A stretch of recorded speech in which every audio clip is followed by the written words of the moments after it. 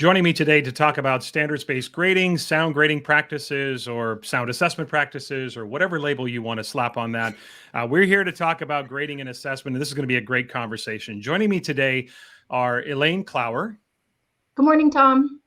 Good morning. Great to see you, Elaine. We've also got Megan Knight. Hi, thanks for having me.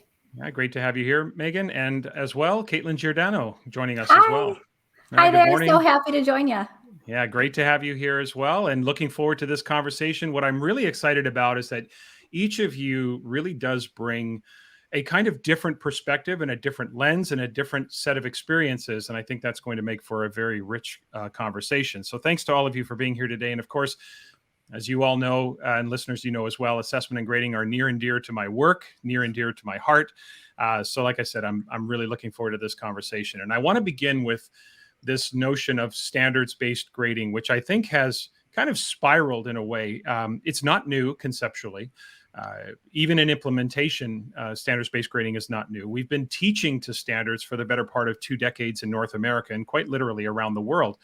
And standards-based grading has been implemented in so many different places. So Elaine, I want to start with you. And the question I want to pose to you is, why is standards-based grading still so controversial here in 2021? You know, it's interesting when you break it down that way and you make it sound so simple. We have these standards. We've had these standards for a while. It's been decades, right? 2 decades we've been working with standards. So why is it controversial? You know, with the work that we've done in our high school, what I noticed was we don't talk about grades. And so once we got everybody in a room and we started having the conversation around what does a grade actually mean, is when we saw so many opinions and so many varying ideas of what does a grade represent.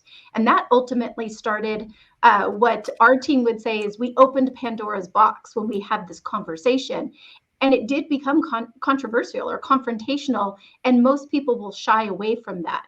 But as soon as we started to dig deep, we actually noticed we had a lot more similarities than differences when it came to ultimately what a grade should represent. So that's the question that really, to me, makes it controversial is what does a grade actually represent? And then secondly, grades are personal. That is your currency in your classroom. And so it's very much like a parent, how I parent my children and the rules and procedures I put together in my household. Many times in the classroom, grades are that what represents what's going on in the classroom. And so to be able to touch that or have conversations around the inequities that grades may have, it becomes deeply personal and then therefore a bit controversial. And Elaine, I love what you said about it being very personal. And when I think about standards-based grading and how it's become controversial, I think that it really strikes at our very core as teachers.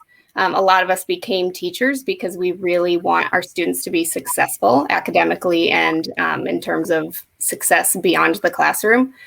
So let me preface by saying, when I talk about standards-based grading, I usually talk about 3 main components of standards-based grading. So there's grading based on the standards and making sure that it's an accurate representation of the standards. And then it's separating those academic grades and those behavior grades to make those more clear and more accurate. And then the third component is allowing multiple chances for students to reach proficiency. And so where I think I don't think people struggle as much with that first component of grading based on the standards. Like you said, Elaine, and like you said, Tom, we've been using standards for a while. So I don't think people are surprised that we're assessing and that we're grading based on those standards. But then when you start thinking about separating those grades and those academic grades from the behavior grades, and when you think about allowing multiple chances for students to reach proficiency, that's where I think the controversy comes in. And that's where I think people maybe misunderstand that they have to throw out those core values. And Elaine, I like what you said about finding some common ground there, because I do think that we still have a collective goal that we're trying to reach and making our students be better at their academics and at their behaviors. But in the end, we just need to find a better means to get there. And so I think it can be really scary because we've been doing the same thing for over a century. And so it can be really scary to try to find a new path to get our students to be successful. And so sometimes I think that's where the controversy hits, is that we're afraid we have to get rid of those values, but we don't. Yeah, Megan, I completely agree with both of you. And I think it's this nostalgia factor that almost comes in. This idea of this is how it was done when I was a student, or this is how I've been doing it for so long, that we're so familiar with it. And it's something that we're so comfortable with, something that's almost become like ingrained in the school system. The idea that we need to have a GPA, the GPA is so important, having these letter grades, having this currency, as you called it, Elaine. It has always existed. It's what we've always done. It's what we've become familiar with. And we've all kind of got our own relationship with that as well. So it does become very personal. And you're really dismantling not just this practice of grading and assessment and changing the way you're doing it, but you're also dismantling and changing the way people view the classroom and education as a whole. Because so much rides on that GPA and on that grade that we have to rethink where we're going to go from here. So the controversy begins with this conversation, but then, as you said, it's like a Pandora's box where so much just kind of adds on to that conversation, and it becomes so much bigger than just we need to grade differently.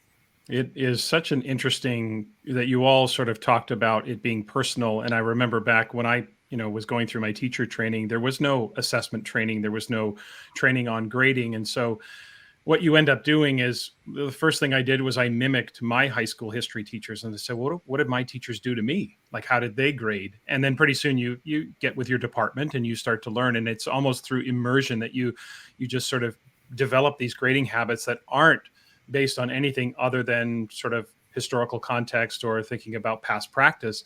And it does become so personal, partly because we had to make those decisions, right? We had to decide how to handle late work. We had to decide, or we reflected on our own experience. And because it's so personal, we end up taking it personally when somebody proposes that we make the change, right? Because we made that decision.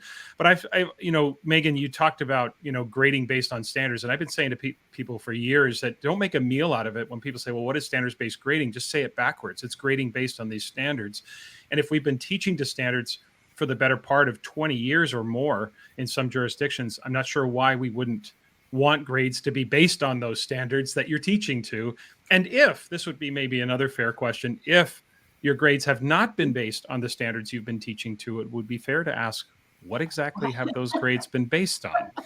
So this leads me to, Megan, the second sort of question today, which is the misunderstandings. Because I think sometimes when you say standards-based grading, people have a narrative in their minds about what it means, and there are all sorts of definitions. So from your perspective, Megan, what are some of the key misunderstandings about standards-based grading?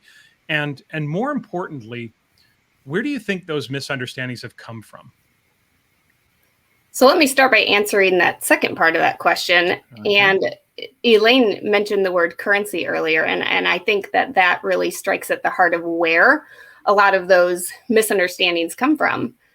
We come from, like all of us have mentioned, a tradition of grading, and I think that typical mindset is that we see grades as compensation instead of seeing grades as communication.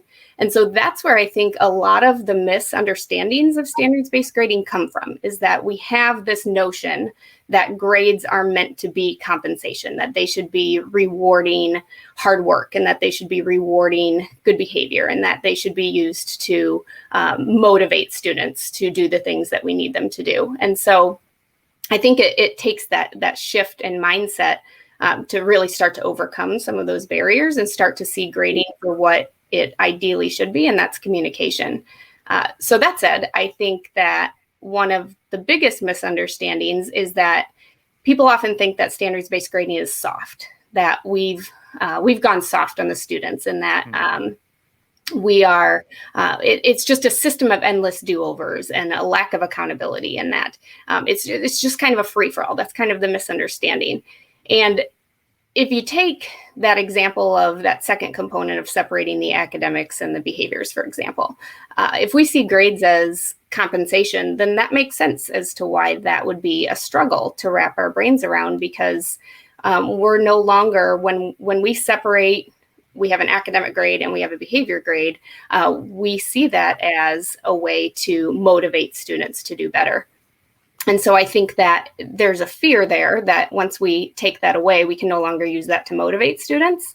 And the truth is that we just have to find a different way to get students to have those good work habits. And so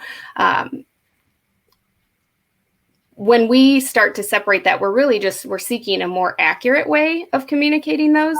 And I can already kind of hear the yeah buts, and I hear it a lot that, yeah, but when you separate that academic grade, nobody cares about it. Nobody looks at it. Nobody cares about it. No one else cares about it. Nobody talks about it.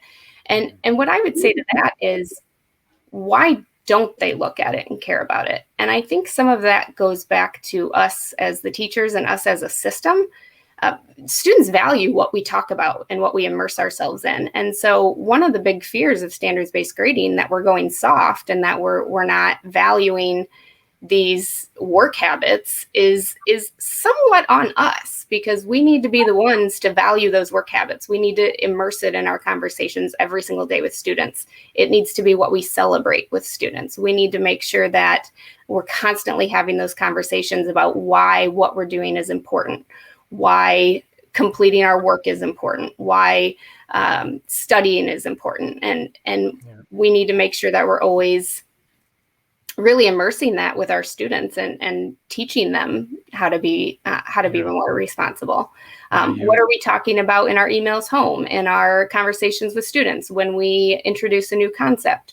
And then to that end, I would also say we need to do something with that. So if we want to record the work habits or behavior grade or whatever you want to call that, if you want to record that separately, then we need to do something with that. So, if a student is getting a lower grade academically, usually there's an intervention team or somebody somewhere is looking at that data, hopefully, and doing something about it and saying, what can we do to get those kids to the next level? And we need to do that with our work habits as well. If we're going to record it, we need to value it, we need to do something with it, and we need to help our students improve in that area. You bring up such a good point, Megan, about attention. And Caitlin, I'm going to throw this question to you as well about misunderstandings, but you make me think of something I've been saying ad nauseum for years, which is what adults pay attention to is what children or students or teenagers will eventually believe is important. And I think that you're spot on when you talk about the fact that when we're dismissive of the work habits, once they're separated, the behavioral attributes, those characteristics, if we don't give them the kind of attention and prioritization that they deserve, the students and the parents aren't going to see them as being of value either. So Caitlin, what about from your perspective, key misunderstandings that people have about standards-based grading? Yeah. So Megan, you really brought up the big one. And from the teacher perspective, it sounds different, but it's essentially the same thing. And it's, oh, well, your class is just easy then. Like, oh, your class is just going to be so easy for all the kids to get an A. Everybody's going to do amazing. And they're all going to have so many opportunities to just get everything done. And then everyone will get an A. Your class will become the easy class. And to me, that is problematic for two reasons. Number one, it's not going to be easy. In fact, my students themselves have told me like, oh my gosh, your class is like, it's hard. Like I actually have to learn it and show you that I know how to do it. Like it's not enough for me to just get the right number of points and get compensated for that with my A. I genuinely have to show you that I know how to do the skill that you've taught in order to do well. So it's not that it's easy per se in that regard. And then the other piece is that we have this notion that every kid doing well in our class is bad. And I cannot for the life of me figure out why we think that's bad. I want my students to all learn and be successful and do well. So why would I not celebrate the fact that all of them are successful and are achieving and are mastering and progressing on the skills that I'm teaching them? That's exactly what I want to have happen. So why would that be a negative thing? Right. And then the second piece or the second misunderstanding that I hear a lot from specifically classroom teachers that are looking to implement this is I'm going to spend all my time giving feedback on student work. I'm not going to be able to do anything else. My assessment is going to take forever. And while it is an undertaking to put the system in place. It is something that does take time, does take energy, does take work, does take effort. That is all true. It isn't nearly as bad as you think it's going to be once you get to the point you want to be at. It does take years. Like, I'll be very clear about that. It takes years to get to that point, especially because you don't just want to like do it all at once. You really want to have like more of a structured implementation. But once you get to that place where it is rolled out, where you are comfortable and confident, you've made the tweaks that you need to make, you aren't spending all of your time grading or writing or giving feedback on student work. That's just not the reality. Stop scaring people, Caitlin. It takes years.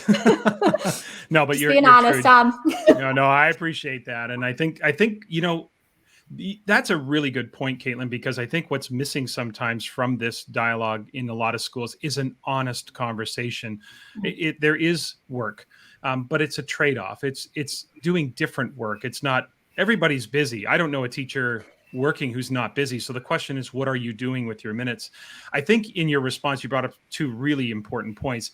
One is this contradiction or dichotomy between our mission statements, which often refer to excellence for all, and then this perspective that says once they all reach excellence, we think there's a problem, that we think we've dumbed it down, or we don't celebrate that. We have, it's in the ethos of school, this traditional mindset that if there's too many A's, and we still, for some of us, still seek that bell curve distribution of scores. And your other point about feedback, I'm only going to be spending my time giving feedback to students. Yeah, that's kind of an important part of the job. Like, that's one of the most important things we do. That's probably where you are going to spend the majority of your time, because that is what we know, that feedback has almost unanimous support in the academic literature about improving student achievement. So yeah, that's where you are going to spend your time. And therefore, we need to stop doing other things to make room for that which is so essential to help our students improve. Elaine, misunderstandings from your perspective to add to the conversation? Yeah, you've all actually hit those misunderstandings. And, when I think about it, I know, Megan, you were talking about how students and their understanding of feedback. And I really do think that part of it is change is hard. And so when you're changing practices, and we've talked about this previously about it being traditional grading and making those changes, change in general is hard.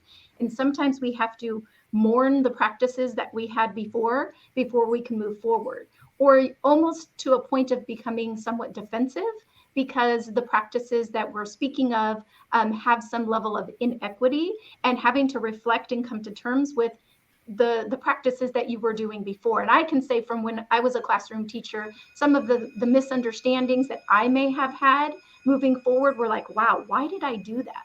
Why was I taking points off? Why was everything so focused on grubbing for points and not necessarily on the learning? And so I think change in general is hard. And then the communication. If you were communicating, and I know Megan had really clearly delineated the three different components in the standard-based grading, and I would add the fourth with feedback, which I know, Tom, you just talked about, and Megan or Caitlin, you talked about as well. I think communicating exactly what that means is extremely important. And then lastly, with the misunderstandings, a lot of times it's important to do a non-educational example, right? So that when you talk about it from the perspective of, the pilot, you want your pilot to master, right? So that he's not, having any sort of accidents, or when you're going to the doctor. Sometimes using those non-educational examples will help people kind of wrap their brain around the misunderstandings that we might have with the standard-based grading practices or philosophy behind the grading and assessing.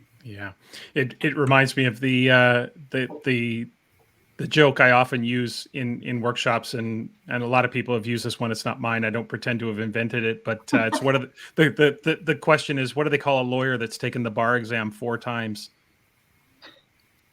A lawyer. A lawyer. Yeah, it's pretty much how it works.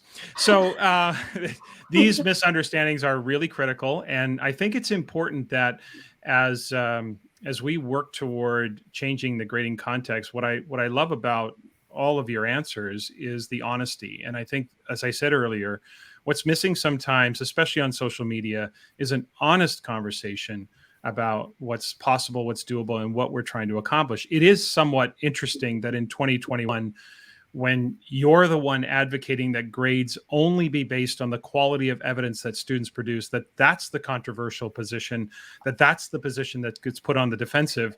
And somehow it seems a little backwards to me, when there are folks in our industry, of course, been teaching for 20 years who do not know this career without the existence of standards, and yet basing grades on the achievement of those very same standards is somewhat controversial. Okay, Caitlin, we're going to shift to some positive and more optimistic topics now for the rest of our conversation. But it's important, again, the honest conversation, and we need the same kind of honesty for the next question, which is, I want to shift to kind of the positive or the optimistic parts of standards-based grading. When you began to shift your assessment and grading culture in your classroom, and of course we heard that it took years to. No, I'm just teasing you. When you began to shift, all kidding aside, you began to shift the grading culture in your classroom. What were some of the immediate sort of or short-term differences that you noticed both in yourself but also in your students? What were some of the differences that you noticed with your students and yourself? So I want to start by talking about my students, because I feel like the difference that I saw in them was not quick necessarily, but it was so striking in that, number one, they stopped asking me my least favorite question, how many points is this worth? Which was phenomenal. Didn't get that question anymore. And it really kind of, and I say that as a joke, but I also say that because it kind of just delineates or signifies how well that shift was taking place culturally. Because instead of doing a task, an activity, an assignment, because they were going to get points for it, they were seeing a different value in why they were doing something. It wasn't because we were getting points. It was because we're practicing or we're getting feedback. And we're going to use that feedback and that opportunity to practice to then grow and improve as we go forward. So there was definitely a shift in that way that they viewed the work that they were doing. But on top of that, and the biggest thing that I saw with my students, especially my gifted class, which was the class that held fast to grading and was very mad about the fact that we were getting rid of it, I actually saw the biggest change in them. And they were a lot more willing to take risks. They were a lot more willing to try something new, something different. Even if it was a way that they were going to show me what they had learned or what they had gathered, instead of every single student picking the path of least resistance, the slideshow that they could put together really quickly and really easily to get all the points that they needed to get, my students would take risks and truly try something that might have been a little far outside their comfort zone. They were a lot more willing to kind of put themselves out there when it came to their learning experiences and their learning journey, and not be good at something at first. And that's not something that felt very comfortable for students. And I can understand that in the traditional sense or in the traditional classroom, because if you're not good at something right away, you're going to lose points on that something. And that's going to impact you in the long run on your final grade or what have you. There's really no incentive for trying something new and being bad at it at first. Mm-hmm. So that's really interesting that you say that the idea that it encourages risk taking because you can grow past those initial stumbles. It doesn't cost you in perpetuity. I love that. That's an interesting residual effect on that. Any other sort of positive, optimistic responses that you notice from your students or yourself? So I will say too, I can't take credit for that. A kid actually said that to me. So it was actually one of my 11-year-olds that told me that. And I was like, oh, I love that. Okay. But then in myself, I would say that as a teacher, like you know your students are growing, you know that your students are making progress on the skills that you've got that you're teaching them and that you're working on in your classrooms and in your content area. But when you make this shift, you start to actually see it happen in real time. You can see a kid go from beginning at a skill to developing, to progressing, not just in your grade book, but on the work that they're doing, because that's how your class is structured. That's how your feedback is structured. Right. You know, I love, Caitlin, that you started with how your students are feeling in this world with your learning environment. When I walk through classrooms, since I'm not in the classroom, I'm at the district office, what I can, one of the first things that I noticed was exactly how the students were behaving in the classroom. And you also talked about taking risks. And I loved seeing students, especially in a math classroom. And I know that math, unfortunately, has that stigma of I'm either a non-math student or a math student. I'm either good or I'm bad. And hearing students, what I would call like language of learning, talking to each other around, wow, I really struggled with graphing an equation, but I know that I can go back and reassess. And hearing them talk about that productive struggle and being almost eager for the reassessment and talking openly about their mistakes because they knew they could. It didn't have this like end all, oh my gosh, I'm doomed. I'm not going to be able to go to the dance, or I'm not going to be able to, do anything because I'm going to be, ineligible, or my mom's going to be upset. They all talked about their learning, and it was a completely different shift than I had seen before. And then ultimately, what I saw students also doing was reflecting. So they saw their learning as a process, and they also saw where they were in relation to the standard. Some of the students that I saw and I walked through classroom actually had like a tracking of their progress on targets and specific standards, and would speak to me as I would ask, like, oh, what does this mean? What does this look like? Oh, I'm going to go back and reassess on this one. I'm really strong in this area, but I need to do some more practice here. And I'd never heard students talk in that language of learning in a classroom before. It was always about points.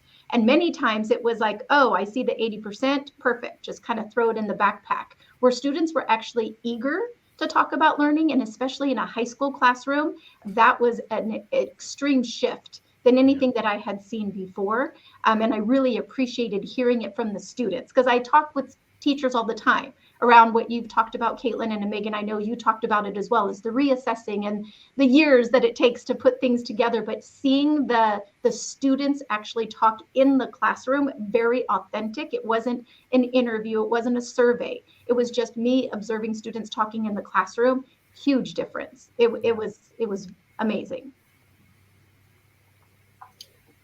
And Caitlin and Elaine, I think you guys, I 100% agree with everything that you've said so far about how things just become so much more positive in your classroom. And what I would say, if I were to sum it all up in one word, I would say it's dialogue. Probably the biggest shift that I noticed, and it was about 10 years ago that I started making these shifts in my own classroom when I was in the classroom. But I would say over time, the biggest, most positive change that I saw was just in the dialogue. And it's everything that you two just said. It's the way that I would talk to students, the way students would talk to me, the way that they would talk to each other, to their caregivers, to the way I would talk to other teachers. Just the dialogue completely changed from being about points to being about learning. And that's really exciting when you start to see that shift and everything becomes about the learning. And some of the biggest areas where I noticed that was in the feedback, like we've talked about before. The feedback that I was giving to my students became richer and more meaningful. And the feedback that I could give, say, at parent-teacher conferences, we would encourage our students to come to conferences, but whether they were there or not, the conversation always started with strengths and areas of improvement. We didn't even talk about grades at conferences unless the parents would ask. But I would have the students say, what are you doing well? And what's something you still need to improve? And because of all the feedback and because of the clear communication, they could answer those questions and we could have a really meaningful conversation about how the student was doing in class with the content and with their work habits. And another area where I saw that come through would be just in my dialogue with other teachers. So if another teacher, say a reading specialist, a special education teacher, the teacher at the next level needed to know something about a student, I could very quickly and easily tell them how that student was doing and where their areas for growth were. And there was an incident one time where the high school principal gave me a call. I was teaching 8th grade English at the time. And there was a student who was just right on the cusp of, maybe being in honors English as a high schooler, maybe not. And they were trying to kind of figure out with the parents and with the student, what would be the best placement. And within a matter of minutes, I could just go to my grade book and say, okay, well, the student, has these standards are proficient. They're already beyond proficient. Here's what it means. And then they could take that information to that conversation and have a very helpful conversation about, where that student should be the next year. One other thing that I think was really positive is that standards-based grading for me was just liberating. I wasn't coming at grading from a gotcha mentality. It was more of a meetcha mentality. Like instead of me looking for ways to dock your grade because you did this, that, or the other thing, and that'll learn you, I was more, what's our reality? Where are we now? What do I know about your current reality, your current level of learning, and how can I help you improve? And that is true for students who are already getting the standards. That's true for students who are far from getting the standards. No matter where you were, we could look at where are you and how do we get you to the next level. And that reminds me of something that Caitlin said. You were talking about, your students who were talented and gifted and how you saw them taking more risks. And I would say that I saw huge shifts in students with exceptionalities at both ends of the spectrum. So students who were more gifted were starting to take those risks and be more confident. And then also students who had typically struggled in school were starting to gain confidence and see that, I'm going to get this. And my teacher believes that I can get it. And they're not out to get me. They're here to help me. And we're going to use these grades as an avenue to help me get better and not as a way to just keep telling me why I'm not getting it. So, yeah, definitely dialogue and confidence. That is such I think such an underestimated and undervalued impact. Sometimes we look at assessment and grading as just a clinical exercise in number crunching, and we forget that there is an emotional side to assessment, an emotional side to grading, and the impact it has on relationships. I've often said to folks, assessment is relationship building. This is a deeply personal experience for students, and the idea that through traditional grading, this relationship can be quite contentious and not even intentionally. It just sort of evolves that way. Whereas when you're starting to focus on the learning, it's kind of us against the standards, us against the learning, us against your continuum, and not you against me and me hunting down, trying to gotcha or dock you. How that changes, I think, is one of the most underestimated parts of shifting that culture of grading in our schools. Elaine, I want to come back to you because I want to shift the conversation to leadership and focus maybe a little bit on principals or even at a district level, and what principals or district leaders can do to support the early adopters, because we know in most situations this is not going to happen all at once. We're not going to have everybody. And I think schools make a mistake in trying to prepare. If there's one thing that educators are really good at, it's preparing to prepare to be prepared so that we're prepared to be prepared to implement, right? So we spend a lot of time doing all of that. So before a school gets to a kind of critical mass where you've got momentum and you've got, say, 80% of your staff that's ready to roll and ready to go on, and you've got some early adopters, and there will, of course, during the time of those early adopters, there's going to be some inconsistency amongst teachers because you'll kind of have people on both sides of the ledger. You'll have people who are not quite sure. You have people kind of in the middle dabbling with it. You've got your early adopters who are moving forward. So how do leaders navigate all of that? How do principals, or let's talk district staff, whichever perspective you want to take, or maybe even both, how do leaders navigate that situation where you've got people kind of at all parts along that continuum? Yeah, that's actually a fantastic question. And that's the one I think gets asked often when people hear, oh, I see your school or district has been moving to standard-based grading or some level of that. And really, the first response I think of is it's messy. And you have to be okay with that. And a lot of times I just say you need to lean in and embrace those teachers that are willing to take a chance, that are willing to do the work, and just know that it's not going to be perfect. And that shouldn't stop you from moving forward. If you know what your sound practices are, and you know exactly, like Megan had talked about at the beginning, exactly what those tenets or those big ideas that you have for your grading practices are, you need to clearly communicate that so that the administrator or the administrative team or the district team can help support in case there are any sort of stakeholders, families, students that have questions. So the big piece for me from a leadership perspective is lean in and embrace those early adopters. Make sure you give them space and time to collaborate, to talk, to make mistakes. Very much like we were just talking about students making mistakes and offering them an opportunity to take risks. It's the exact same process. You really want to offer your teachers an opportunity to go, okay, that process didn't go so well. I need to probably change my reassessment procedures because I'm noticing it's the same thing you would do if a student wasn't doing well in math. You would ask them to go back and reassess. So I think we have to actually embrace what we're talking about our teachers to do with our students. Administrative staff needs to also do with our teachers. And then, of course, offering that time and space that I've talked about is really encouraging the collaboration. I need a thought partner. And so going out into the Twitter world or Facebook or anywhere online, especially since the pandemic, has been so helpful for my growth.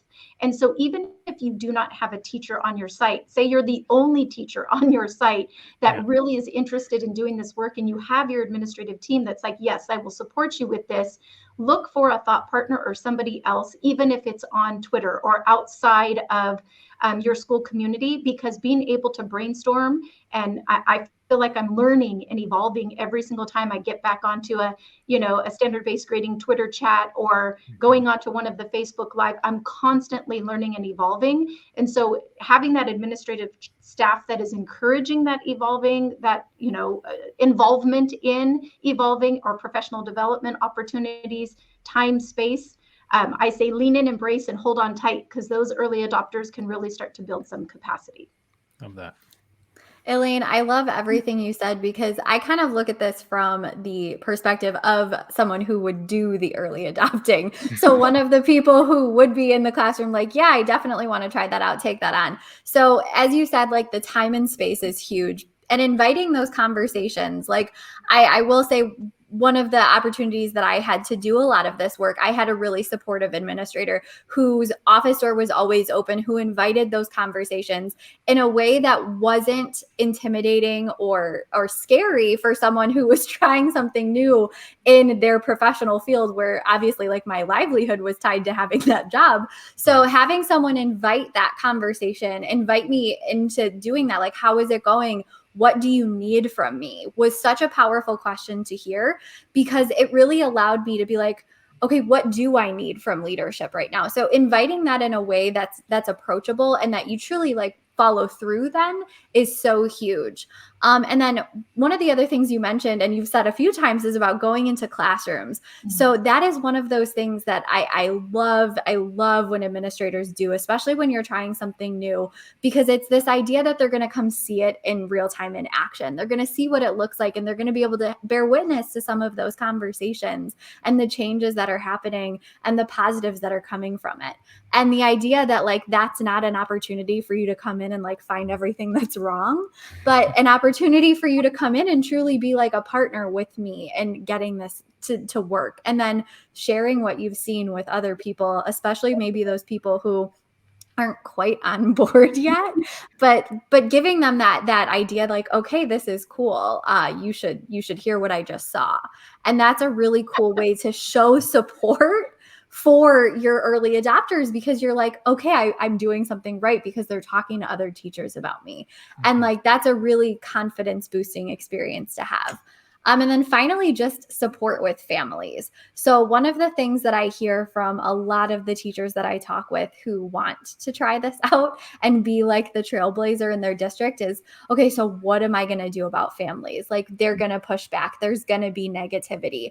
And again, my experience with this, obviously, like, you do have to do a lot of communication as the classroom teacher who's doing this. Like, that is not something that I'm trying to pass the buck on or say that you should pass the buck on, because it totally is your responsibility to communicate what's going on, why it's happening, how to interpret it with families. But support from your administrators and your district leaders is so vital in those conversations. It was literally a 3-minute video that my principal and I recorded together and sent to families. And he really didn't say much in the video, but it was awesome that he was just there showing, like, I'm on board with this. I'm behind this. Like, this teacher's doing something, and I obviously, like, know about it and support it. Like, and that's maybe not feasible for everybody, but the idea that if a family is upset, or if someone reaches out to you about this change that's occurring, instead of immediately being like, okay, well, I'll talk to that teacher, invite the conversation and invite the teacher to be a part of it, because that's huge. Like, I want to talk to families about what I'm doing. I want to clarify it for them and help them understand. So if you invite me into that conversation, like, I want to be there. I want to be a part of it. So that's hugely helpful. Yeah, that level of sponsorship, even even if it's just tangential, just the idea that he was there and he was in the video. I do think it's important for administrators to have at least a foundational knowledge so that when parents are asking questions, I mean, we're always coming from a position of strength because standards-based grading is really using sound assessment practices and sound assessment principles that are research validated. So it's not hard to defend it. What's actually hard to defend are some of the traditional practices that don't have any research behind them. But having, it's like there is no research that supports these practices, just what we're used to. And I think it's a fair comment, Caitlin, that usually change is met with resistance from parents. And it's, look, parents are not educators, most of them, and they think that how they went to school is what should happen to their children. And they're coming at it, most of them, from the perspective of, it's from a positive perspective, meaning that, how is this different? How does this affect my child? They're just trying to advocate for their children, and having the principal being that person that gives that level of sponsorship is really, really important. I think he brought up a really great point there. Megan, thoughts on the role of leadership, either from a teacher perspective or from a leadership perspective?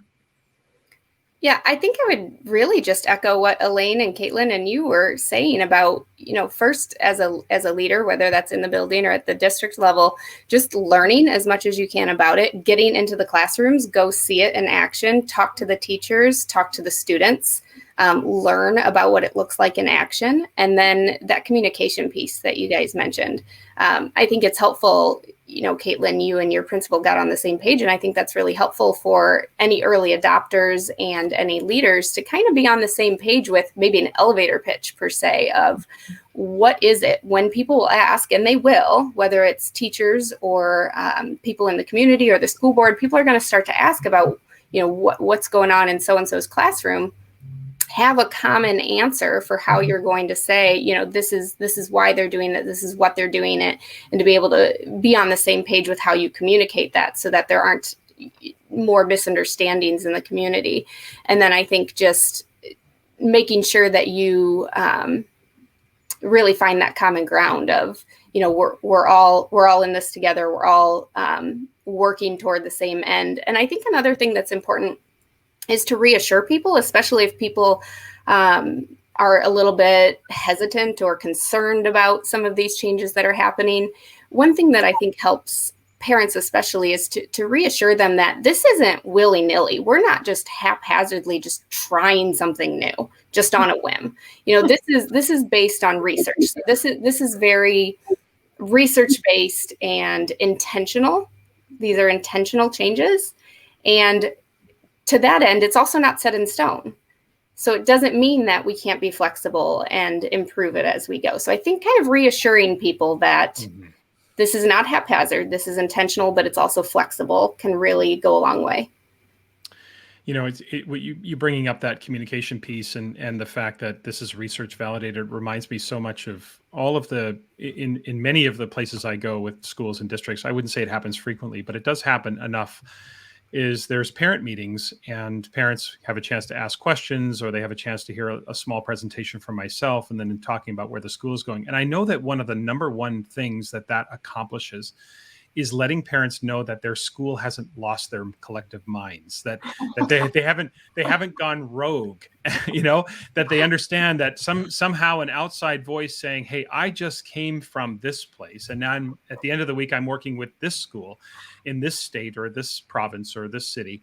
It starts to help parents understand that this isn't just a school that's decided to kind of go off the grid, if you will, or just kind of go off on a tangent. This is a school that is actually following a lot of the, and that of course is more prominent now because this is not a new idea, as we talked about at the outset of the episode. We know that this idea is not new, and so sometimes just that ability to see the bigger picture helps parents realize that this isn't just one teacher in one school that's decided to do something different. This is actually part of a much bigger dialogue. Megan, I want to stick with you because I want to sort of close out with a couple of specific topics, and some of them have come up already, and I think I want to dig a little bit deeper.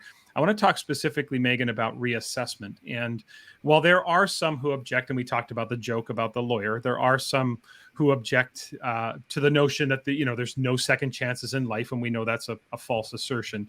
The vast majority of teachers I work with are hesitant about reassessment because of the time factor. They know that some students need longer to learn. But they're wondering, where am I going to find the time? And they're not asking that question cynically. There's like, oh, where am I going to find the time? They're literally asking, like, where am I going to find the time to reassess my students? So how can teachers, from your perspective, balance the need for continual assessment with their students? Because we know we're trying to get them to proficiency or even mastery of the standards. How do we do that while avoiding kind of burning out from that constant assessment cycle that can get away on you if you're not mindful of how it unfolds in your classroom? Tom, I love this question because it's such a real and legitimate concern from teachers. And like Caitlin said, it does take more time. I'm not going to sugarcoat it. When you're very first starting out with standards-based grading and with reassessment specifically, it does take a little bit more time to establish your system and to really get in the groove. It takes students more time to kind of figure out the system and realize that, kind of get in their workflow with some of those study habits and how the reassessment wheel works. And so I think that, first of all, reassuring teachers that yes, it's a little bit more time up front, but teachers who have done it, and I've seen this over and over again in my own practice with teachers I've worked with within my district, outside my district, in my own research, that teachers will tell you that upfront time will fade eventually. And yes, you're going to consistently be giving feedback and working with students in that area, but the upfront work does diminish over time. And teachers will tell you over and over and over again that the time that they do spend on it is worth it. So with that said, there are several practical things that you can do to try to navigate that and try to make sure that it doesn't take as much time. One of those is starting with essential standards. And I think that if you can just start by focusing on your essential standards, that will help you by not being overwhelmed. We don't have to assess and reteach and reassess every single thing that we do in the classroom. Just start by focusing on those critical, essential standards, because those are the hills that we want to die on. Those are the things that we are guaranteeing. When you leave my classroom, I'm going to guarantee that we have worked really, really hard to make sure that you understand these things. So start with essential standards. And I would also say set deadlines. This isn't willy-nilly. This isn't endless do-overs. This is love with boundaries. We live in a system of deadlines. It's okay to have deadlines. Yeah. And for me, when I was in the classroom, the deadline for me was 1 week before grades were due. We reported grades formally every quarter. So my students knew, it was communicated early and often, that 1 week before the quarter ends, that's it. That's when my grade book closes, so to speak. That's when, we're done with reassessment, we're done with revisions, we're done with turning things in. That's my hard and fast deadline, because we have to keep our sanity as teachers. We can't be up until 1 a.m. the day before grades are due because all of a sudden we got flooded with students asking us, what can I do to get my grade up? We need to communicate that constantly with them and just make that part of our system, that we're always kind of working on learning, and we want you to learn, and we want to make sure that you do learn. But at the end of the day, we live in a system where the school year ends, you move on to the next year, and we have to at some point report a grade. And so be okay with setting deadlines, I would say, would be another thing. Another big thing I think for saving time is to really put that onus on the students. And I think at the secondary level, especially, you can do this, is that have the students take responsibility for their reassessment. Now, is that true of every student? No. There are a few students who you're just going to have to hunt down and kind of bring along the way, but those are few and far between, and that's our job. That's okay that we have to go find a few students and kind of encourage them. But for the most part, put that responsibility on the students. One thing that I have found works very, very well is having some type of reassessment reassessment request of sorts, where the students have to have a very specific plan. They have to go in look at exactly how they did, look at the feedback, look at the rubric or the criteria or whatever it is they need to go back and reflect on and say, this is where I need to grow. Here's my very specific plan for how I'm going to relearn this. And here's the evidence that I'm going to give you to show you that I've learned it. And then on the flip side, when students do make revisions or do a reassessment, I think it really helps when we have students do a reflection. And that was something that really made a huge difference for me as an English teacher. You know, writing was a big one, and nothing frustrated me more than sitting down with 20 essays to that have been revised. And, I look through and they maybe changed a couple commas, and it was a waste of their time. It was a waste of my time. Why did we just do that? And so what I started doing was having students go in, and this is specific to papers, but it would work on quizzes, tests, projects. It would be universal. Have them go in and highlight, star, point out, this is what I changed. This is the evidence that I'm giving you to show you that I've learned it. And then it forces them to make sure that they've actually learned and they've reflected on that learning. And then it saves me time, because now I'm going to look at the whole thing, but I'm going to zero in on, okay, this is where they're telling me they've grown. And then I'm going to read their reflection, and they have to tell me, this is the evidence I've given you of where I've grown. And this is why I think that this evidence will move me into the next grading category, because then that forces the kids to go back. They have to look at the rubric. They have to look at your feedback and really internalize, okay, what about what I just did actually helped me improve my learning? Right. And so by doing that, not only are you saving yourself time, but then it kind of helps too. This is where the students start to learn that, this is a lot of work, and it's good and it's meaningful work, but I want to make sure that I'm putting forth my best effort, because I want to make sure that if I'm grade grubbing or if I'm pure, whatever my motives are, it still ensures that the students are doing the learning. Right. And then one more piece of advice I would give was that reassessment doesn't have to be this big, hairy monster. It doesn't have to be this scary event. I can't tell you how many times on a reassessment, maybe a quiz or a reflection, where I would just call a student to my desk and say, hey, tell me about this. And maybe ask a follow-up question, and they would be able to tell me, and I would say, yep, you got it. And I would just go in and immediately on the spot, go to my electronic grade book, change the grade, add a note, done deal. It doesn't have to be this big, scary thing sometimes. Right. That's a really good point, Megan, because I think, something my friend and colleague Leanne Young often says is, formality is not akin to validity. Just because an assessment is less formal doesn't make it less valid. And I think that's a really important point, that there are a lot of different ways to assess and get valid evidence of learning, despite the fact that it might not be in the form of a stapled packet of paper. Elaine, how else might we avoid? Anything to add in terms of avoiding the burnout that teachers, I think, often anticipate that doesn't often manifest? It can at times, for sure, but any thoughts on how we avoid burnout? Yeah, and Megan, you touched on this as well, the identifying of the essential standards. That's your hill to die on. That's what you are assessing and reassessing, and you want students to be able to master. I should be able to know by the end of semester 1, these are all the concepts, standards, targets. I know everybody uses different language. This is what you need to know by the end of semester 1. This is what I need to know by the end of semester 2. And those are the opportunities that I should be reassessing on. And the real quick answer is, don't reassess everything. That's the quick answer. And when I was explaining that to teachers as we started going on this journey, they were like, oh, okay, I have permission, because if I open up and say, you have multiple opportunities to demonstrate your learning, that makes me feel as though every single piece of paper I give them means a reassessment. And I said, no, you are establishing what are the important factors. And then also discussed making sure that it's not necessarily an event. I think we see reassessment, and the word assessment makes it sound like it's this large unit test or this big production, when in fact it's evidence of learning. So to me, it's new evidence of learning that you can now demonstrate. And it may not be the written paper. It may be a video. It may be a PowerPoint. It may be a discussion with me.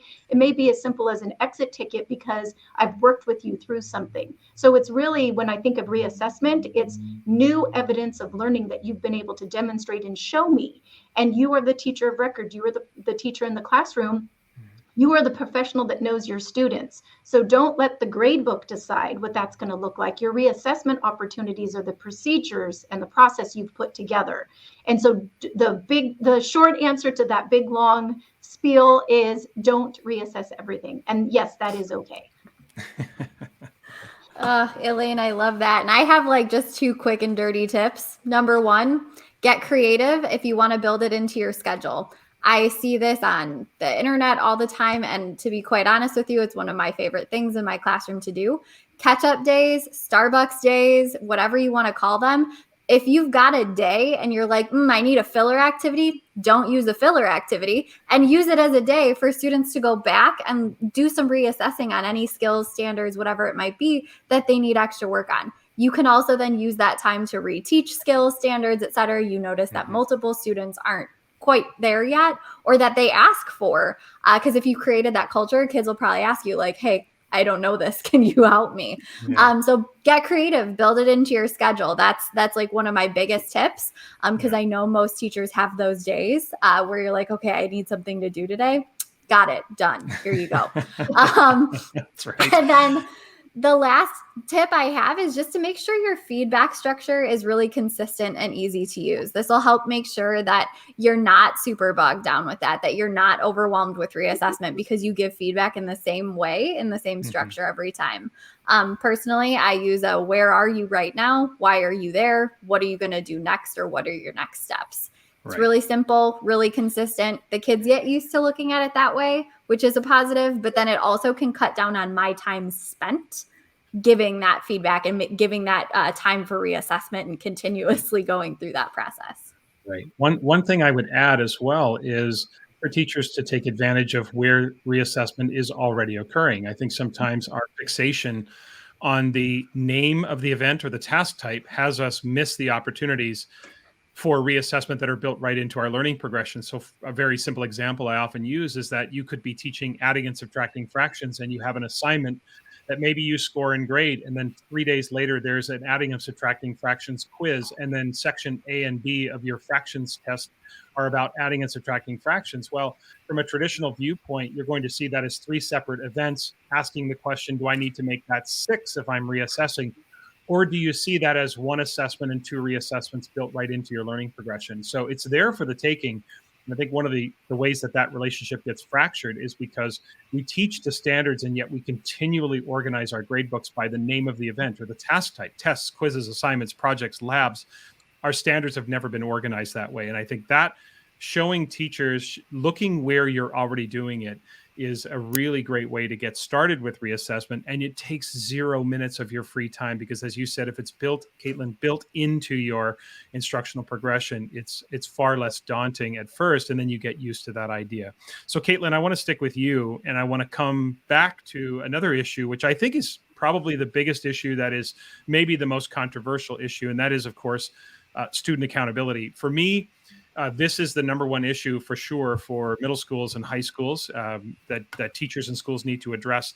The use of zeros, the use of penalties, docking students, as we talked about earlier, has been a traditional practice, and many teachers will proclaim that if I don't lower their score, if I don't threaten the lower of their score, it's going to be anarchy. I'm gonna kids turning things in whenever they feel like it. Of course, then the students in the short term will submit their assignments, out of fear, simply because they don't want to be docked. But the teachers fear that if I don't threaten them with that score, they're not learning a valuable life lesson. So from your perspective, as we separate behavior from achievement, how do we hold students accountable without distorting their achievement levels? Yeah, I love this question because I totally agree with you, Tom. It's one of those things that truly does become like the headliner when we're talking about making these changes. And you kind of started off with what I want to say is, first, we need to teach accountability like behavior. We need to make sure that our students understand what it means to be held accountable and what it means to be accountable. But I would argue that I don't want them being accountable for their grade. I want them accountable for their learning. And I want them to truly own that process because it is theirs. And you can do that in so many different ways. One could be shifting that focus from you to them, and who is responsible for doing the learning and who is responsible for completing the activities. When you shift away from grading, you really do make that change happen almost organically. And then I want to echo something that Megan said earlier, and that is about deadlines. I think that there is this distortion that standards-based grading and allowing for reassessment means that there's no deadlines ever, and that everything can just be done whenever it works and whenever they want and all of this stuff. And I would contend that deadlines are not bad. Deadlines are kind of a fact of life. And now when that deadline occurs is what matters here. So deadlines shouldn't just be decided on randomly. Like, you're not just going to say like, okay, we're going to have a test next Tuesday, when you're just kind of pulling that out of nowhere. If you're going to have a deadline, ensure that it's set purposefully. Ensure that you've put it into place because it's there for a reason, and that you've communicated not just when it is, but why it is to your students. And that's huge in increasing their accountability, because they're going to hold themselves more accountable when they understand not just what is happening, but why it's happening. So that's the biggest thing here. And I usually challenge people when I hear about accountability in just two really simple ways.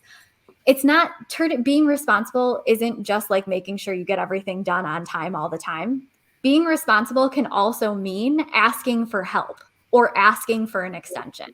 That's hugely responsible behavior. That's also really big accountability behavior, because you're holding yourself accountable for making sure you do it and do it well. So if you need to ask for that, that's what I want. That's accountability right there through and through.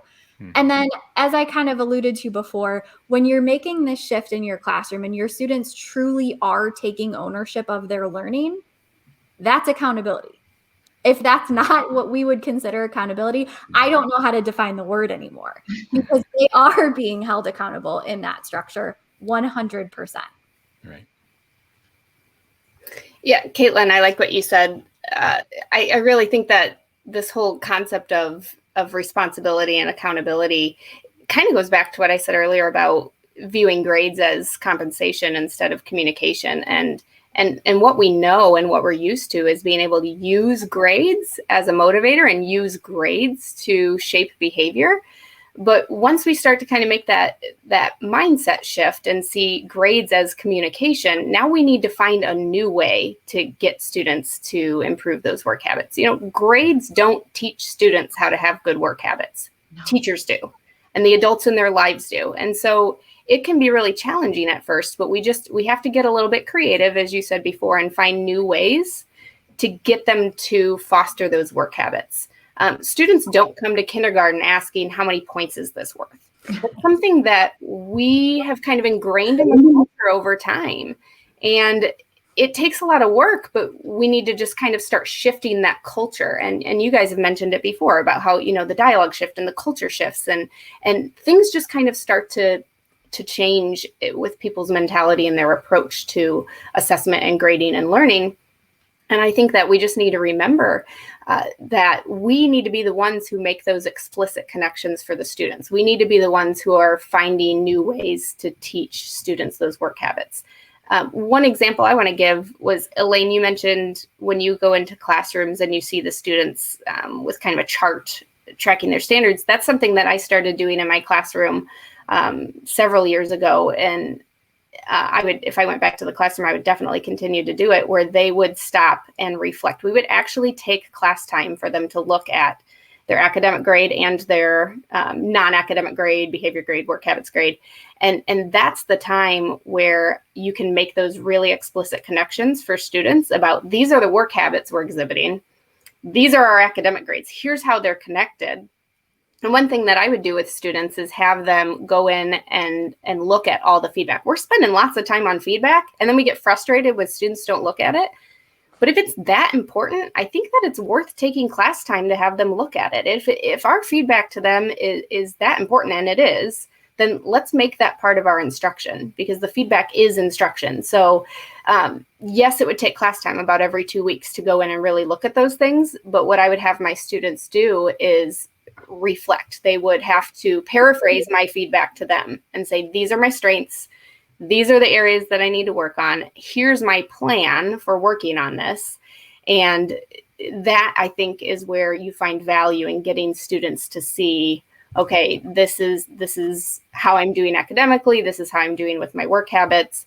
And without fail, students would suddenly, all these hands were flying up. Can I revise this? Can I come in and learn more about this? Because now they're seeing, they're doing it on their own, and they're seeing that they're not there yet. And we weren't even having to write down grades. We were just writing down feedback. And that feedback alone was enough to motivate them to want to do better.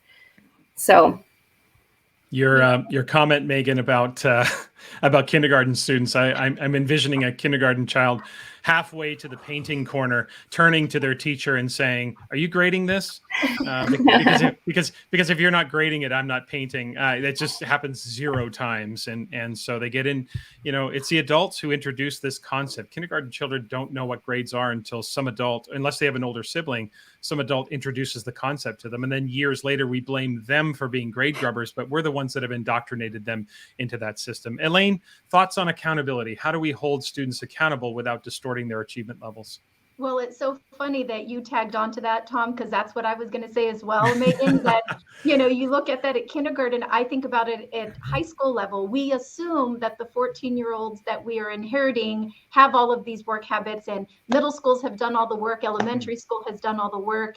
And so they come in and they know exactly how to behave and exactly the expectations they should know at a high school level, when in fact, that assumption is what causes us so much harm. And so separating academic from non-academic in your gradebook, in your thinking, in your learning, in your classroom is the most important piece of that accountability. And I use my own son as an example. He's 11 years old, and I use him as an example all the time. And it's my conversations with him and his lack of work habits that we struggle with, that I constantly think about with this language of learning. All year in 4th grade, he's a 5th grader going into 6th grade, but all year in 4th grade, it was forgetting his sweatshirt at school, forgetting the backpack, being very unorganized, but he was brilliant academically, great in math, great in English, the whole bit. And so I kept talking to him about his work habits and giving him feedback, very specific, timely, and accurate feedback on the work habits, which, I know may not seem very school-based, but it was around organization, being on task, turning in homework, doing your homework, but then not turning it in and then not getting the points or whatever. We were trying to get that organization in. And so we talked, and I gave him constant feedback on his work habits. And his teacher ultimately at the end was like, "Wow, he's done such a great job." And I wanted to say it's because I've been giving him work habit feedback since the beginning of school in order to get there. We can't just assume that in a hodgepodge gradebook, when we're putting it all in and mixing it all in, the student is magically going to know which part is academic and which part is not academic, as well as our families. So when our families have a hard time with that work habit grade being separate, or the teachers have a hard time separating the academic and non-academic, I tell them it's because of the accountability. We want to teach the responsibility, and we can't teach that if it's mixed in a hodgepodge grade book. And so I use my son as an example constantly, and he's doing much better. He's doing much better with his work habits, I will say. Well, that's good to hear. I'm glad to hear that the success is happening. That's for sure. So clearly the lessons are being learned. It's interesting because the question that I have yet to get an answer when people resist this notion, the question I ask them that I cannot get an answer from people is why they can hold students accountable for disrespectful behavior and never touch the grade book and do an effective job of holding students accountable for that disrespectful behavior.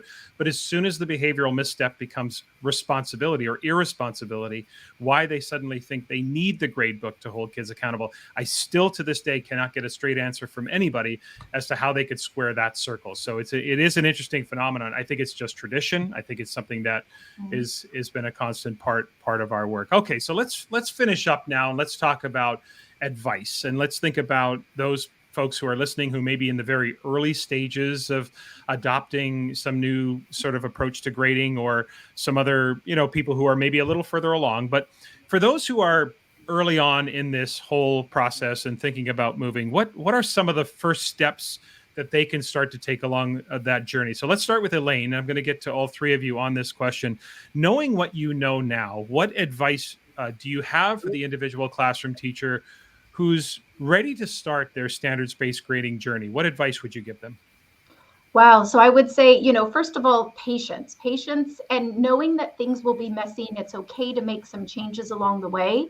I also think clarity. Clarity is really important, that you're communicating with other teachers around you, and your administrative staff, as well as your families and your students. Having that clarity is so important, especially if it's something small. And that would be my next piece. If you are starting with just simple changes, maybe it is just I'm separating my academic from my non-academic pieces in the gradebook and in my classroom and in my learning environment, and I'm going to make that crystal clear on what that looks like, so that your stakeholders, all your stakeholders, other colleagues, administrative staff, students, families, all know that.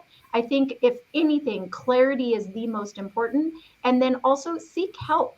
Make sure that if you do have questions, talk to others. And like I've said before, even if it isn't another administrator or colleague or teammate in your building or on your campus, there are tons of people out there in, Twitter world and Facebook and such that do have other bits of advice. So don't do this in isolation as far as asking and seeking help. But I think that making sure that you know that you have a thought partner in this is super important, and just the clarity. I think clarity is really important, and don't lose hope, because you are going to ebb and flow as you go through this, and that's okay. It's part of the learning process. Yeah, fantastic. Megan, thoughts on advice for those who are new to this and beginning their journey? Yeah, I would say for classroom teachers specifically, really starting with your essential standards can go a long way. So that helps to focus your thinking, it focuses your work, and it focuses your classroom goals. And so starting with just those essential standards and knowing what is going to be most important for students to learn, and then go through even just one. Ideally go through all of them, but even just start with one essential standard and have an honest reflection and conversation about what evidence do I need to collect and what will I accept as proficient for this standard. So ideally, if you have a professional learning community or an instructional coach or someone to have that conversation with, and if you can bring student work to the table to have that conversation, even better, but really get crystal clear about what will it take for me to know whether a student is proficient on this skill. Because that's where I think we start to make that shift. Instead of approaching from, hey, we're going to take this Unit 1 test, how many points should it be worth? Or we're going to do this project, how many points should it be worth? That's where we start making the shift to what evidence do I need and how will I know if a student is proficient on this skill? So I think really starting with that, and then also just giving yourself grace to make mistakes and to make changes and celebrate small wins. Anytime you see something positive happen, celebrate that, write it down so you can look back at it on a rough day, share it with others, communicate your successes with other people, and ultimately just, take those small victories and celebrate those. Yeah, love that. And finally, Caitlin, advice to those wanting to begin their journey, besides the fact that it's going to take a long time. Yeah. So that's like my first piece of advice, is just to understand that. And then Elaine kind of hit on the other piece that I want to highlight. Find your community and lean on them. They're not going to necessarily be people that are in your building, people that you see in person all the time, but just make sure that you have those people that you can lean on when you do want to celebrate those wins, like Megan said, when you are having a hard time and need advice, whatever that might be, have those people that are there to help you with that. And then do some research on your own. A lot of the times when we're classroom teachers, when we're put into this position where we're being asked to almost pilot this or try this out, we're provided a lot of information and we're given a lot of information that exists, which is phenomenal, and definitely take that time to dig into that. But I would also challenge you to do a little bit of your own research. One of the things that helped me the most in developing my philosophy and my foundation behind assessment and grading was actually reading case studies about assessment practices in other classrooms and what the findings were. Because not only was I able to see how a classroom was structured through the discussion of how that classroom was set up in the case study, but I could also see like what worked, what had a positive impact, and what didn't. And that was so beneficial for me going forward, because it gave me that foundation, but because it also taught me that there isn't one right way to do this. There's not a right way. There's not a right system to follow. There's not a right, like, one, here it is. the right way is the way that's going to have these desired outcomes achieved. The right way is going to be the one that's going to work for you, your students, your community, your district. So that's my advice. Yeah, it's great advice from all of you. I feel like we're just getting warmed up here. I feel like we've got another 4 hours in us. We could spend another 4 hours talking about the nuances, the intricacies. There, I mean, right there at the end, talking about, you know, taking those small steps and not thinking of it as this monumental shift, but all of these little incremental moves that we make that all add up to the little, you know, those short-term wins that I think are so critical. Megan, you mentioned that as well. So like I said, I feel like maybe down the road, we'll have to reconvene and do a part 2 of this conversation. Caitlin, Megan, Elaine, I really appreciate you taking the time to be here today. I think you've offered, your expertise is obvious, and you've offered some great advice to listeners. So thanks so much. Thank you for having us. Thank you. Thank you so much. It's been great talking to everybody.